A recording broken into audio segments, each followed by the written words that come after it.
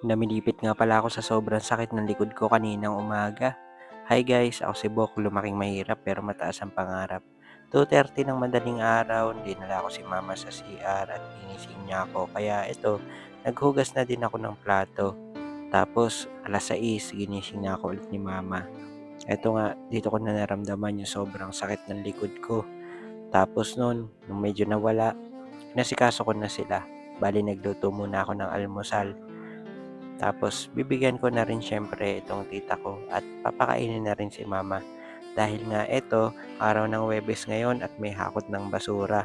Kaya naman inasikaso ko na din. Nilalagay ko muna sa plastic lahat ng mga basura namin. Pagkatapos ay saka ko ilalagay isa-isa doon sa may loob ng sako at saka ko tatalian para hindi nakakalat ng mga aso, ng pusa. Ayun, niladala kasi namin 'to sa kanto. Tapos doon na lang hahakutin ng mga taga-hakot dito sa'min. Patingin-tingin nga ako diyan sa may cellphone ko kasi baka mamaya malaglag gawa ng malakas yung hangin. Tapos eto nagtalop ako ng dragon fruit. Nakabili kasi ako ng mga saging, dragon fruit, dalanghita, orange at iba pang gulay at prutas. Tapos eto binigyan ko nga sila at sabi ko nga kay mama dito ay anong lasa baka ako nung dragon fruit. Sabi nga niya ay masarap at tinanong ko din yung tita ko. Dahil sa totoo lang, ang tagal na nung huling nakakain kami nun. Actually, bigay lang din nung huling kain namin nun sa pinagtatrabahuhan ni mama noon. Tapos napakabilis ng oras, tanghalian na agad. Kaya naman inasikaso ko na ulit sila para bigyan ng pagkain para sa tanghalian. Maraming nagtatanong kung bakit nagkaganito yung tita ko.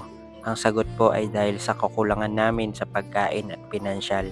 Bali habang nag-aaral siya noon ng high school, pagkatapos niyang mag-aral ay nagbebenta siya ng mga merienda. Hindi siya kumakain sa bahay at hindi rin kumakain sa eskwelahan. At dahil sa kahirapan ng buhay namin ay talagang walang-wala kami. Kaya naman hindi niya kinaya yung depression at ayun na nga ang nangyari. Tapos ay ito na, nagpo-promote na ako ng mga product, syempre para magkaroon ako ng komisyon.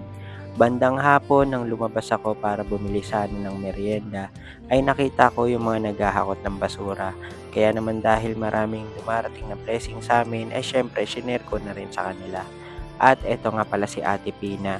Dito kami nangungutang dati sa kanila. Isa sa mga nauutangan namin ng pagkain. Habang nagtatrabaho ako, binabayad ko yung nasusweldo ko. Tapos nakakautang kami ulit sa mga tindahan na malapit dito sa amin. Kaya naman maraming maraming salamat po Ate Pina and kay Kuya Mark. Ayan, meron nga pala sila ditong kainan. Malapit lang sila dito sa amin. Tinatanong nga ni Ate Pina kung naka-play na daw ba yung video. Sabi ko nga ay oo. Nahiya nga siya at di pa daw siya nakaayos.